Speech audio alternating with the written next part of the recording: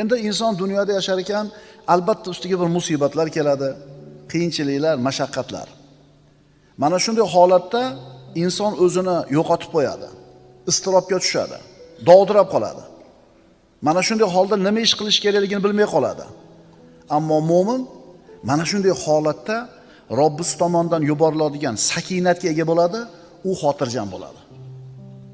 Mana shunday bir mashaqqat, qo'rquv, xavotir, vahima kelgan paytda mo'min banda Allohga qanchalar yaqin bo'lsa, islomida, iymonida qanchalar mustaqim bo'lsa, taqvosida qanchalar mustahkam bo'ladigan bo'lsa, shunga yarasha Alloh taolo unga sakinatni tushiradi. Xotirjam bo'ladi. Kim aytgani bo'ladi deydi? Alloh aytgani bo'ladi deydi.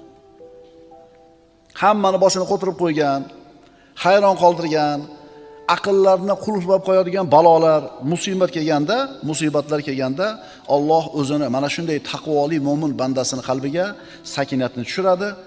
Ana shu sakinat sababli mo'min xotirjam turadi.